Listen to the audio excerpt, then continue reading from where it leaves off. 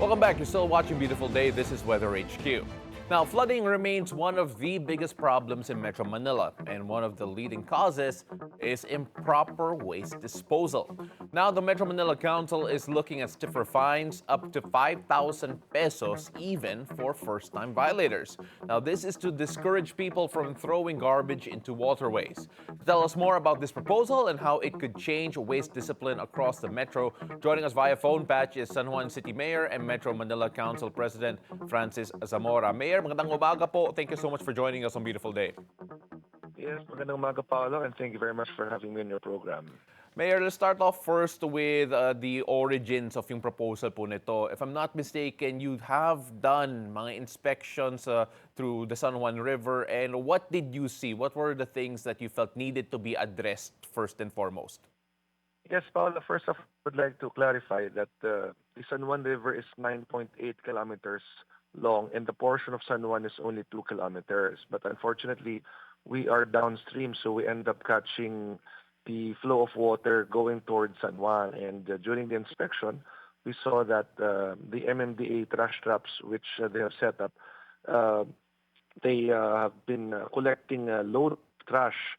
And what we realized really is people are still throwing trash in our waterways. And if we do not change this kind of mindset, if we do not discipline our citizens, then the problem of flooding will continue to persist. So Chairman Donates and I discussed that we will include this in the agenda of our next Metro Manila Council meeting. But here in San Juan, we currently have a 3,000 peso fine for individuals caught throwing garbage into the waterways and in areas that you're not supposed to throw this in. And we are proposing here in San Juan to increase that to 5,000 pesos. Now, in our next Metro Manila Council meeting, I will discuss with the mayors if they will be open to the idea of increasing their fines as well in their individual LGUs. Let's start off first with San Juan po, in particular. You mentioned the proposal, or at least the effort to try to raise it from 3,000 to 5,000 pesos. Another issue has always been implementation in terms of making sure na masusunod talaga to. When you were taking a look at that particular aspect of the fines, how can that be implemented even better, especially with all the talk happening right now when it comes to flooding sa Metro Manila? Well, dapat talaga, Paolo, no?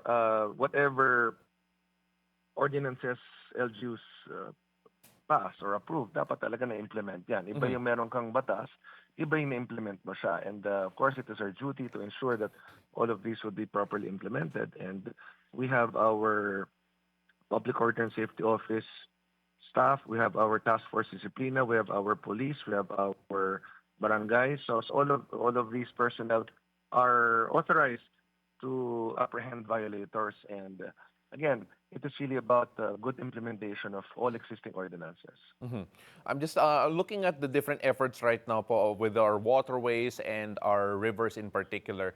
We've had a chance to talk to different government agencies when it comes to yung monitoring po ng mga estero po natin at mga riverways, saying that there are actually not enough people monitoring and cleaning up these areas. Has San Juan come up with anything, or it will be proposing something to be able to increase yung monitoring po nito, and of course yung number of people actually taking care of yung mga waterways po natin, especially that go through San Juan? Yes, actually, it's really a challenge because, number one, LGUs only have a limit as to how much we can spend for salaries of personnel. So we really need augmentation, of course, from the barangay. And at the end of the day, discipline is important. Dapat hindi na kailangan hulihin pa yung mga nag-violate. Dapat wala nang mag-violate, di ba? So, dapat talaga yung disiplina natin bilang mga mamamayan ay nandyan. And a lot of it really should come from our citizens, no, na hindi na dapat magtapon ng basura, dapat matuto tayo na alagaan ang ating paligid. Because at the end of the day, babalik at babalik ang problema sa atin, Paolo. No? If we continue to throw garbage in our waterways, in our rivers, in our creeks, then the problem of flooding will continue to persist. Mayor, the push, at least for this one, for stiffer fines is obviously an effort to try and curb yung amount of people throwing trash into our waterways and into our rivers. When we talk about yung this particular proposal, do you feel that increasing the fines or making the fines stiffer and a bit more harsh would be a way to actually reduce yung amount of those violating uh, this particular law? Personally, ako, naniniwala ko, it will be a deterrent. No? Sapagkat pag makita ng tao na mas malaki na yung multa at na-implement ito ng mabuti, mas magdadalawang isip na sila na magtapon ng basura. In the same manner, for instance, if you see a vehicle parked illegally get towed, no, you will tell yourself, naku, hindi ako paparado dyan kasi nagtotow dyan, nagka-clamp dyan, naninikit dyan. So, in the same manner, pag makita nila na merong apprehension talaga sa mga violators natin pagdating sa pagtapon ng basura, ako personally naniniwala. Because when people see that we are serious about implementing existing laws at meron ng mga kaakibat na mga fines talaga, no? Magdadalawang isip talaga ang ating mga mamamayan na magtapon ng basura.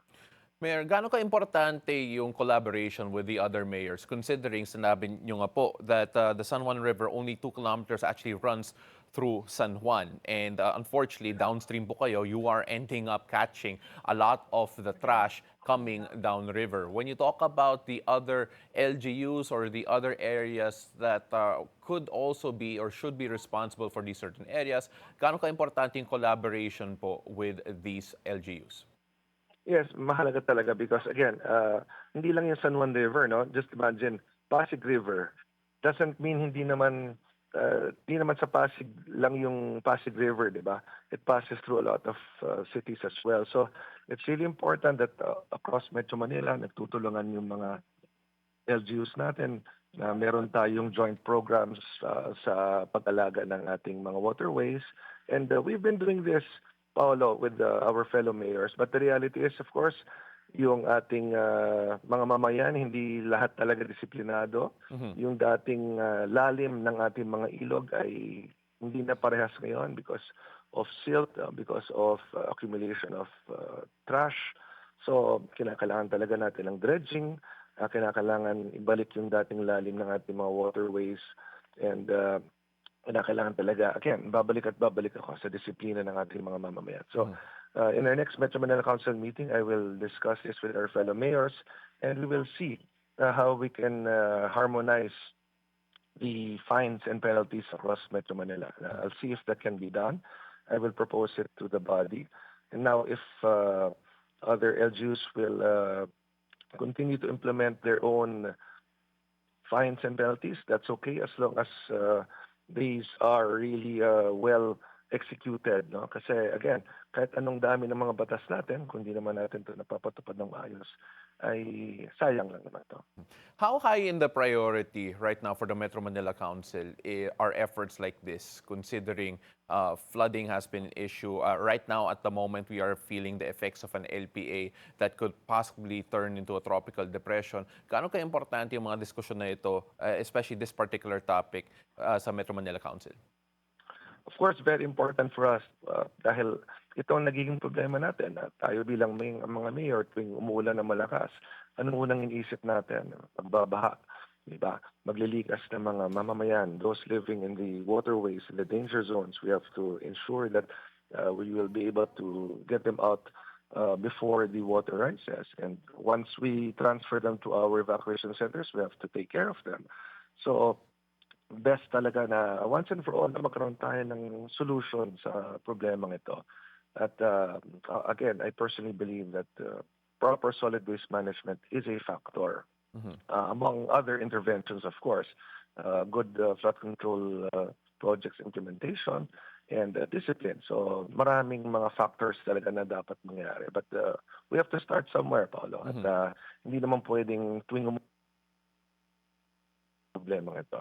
We have seen other areas in San Juan na dating binabaha na ngayon hindi na binabaha. And for example, is Barangay Salapan, dikit lang siya ng San Juan River, but solve na natin ang problema na pabaha dito. So merong solusyon talaga na kinakailangan talaga matutukan na mabuti.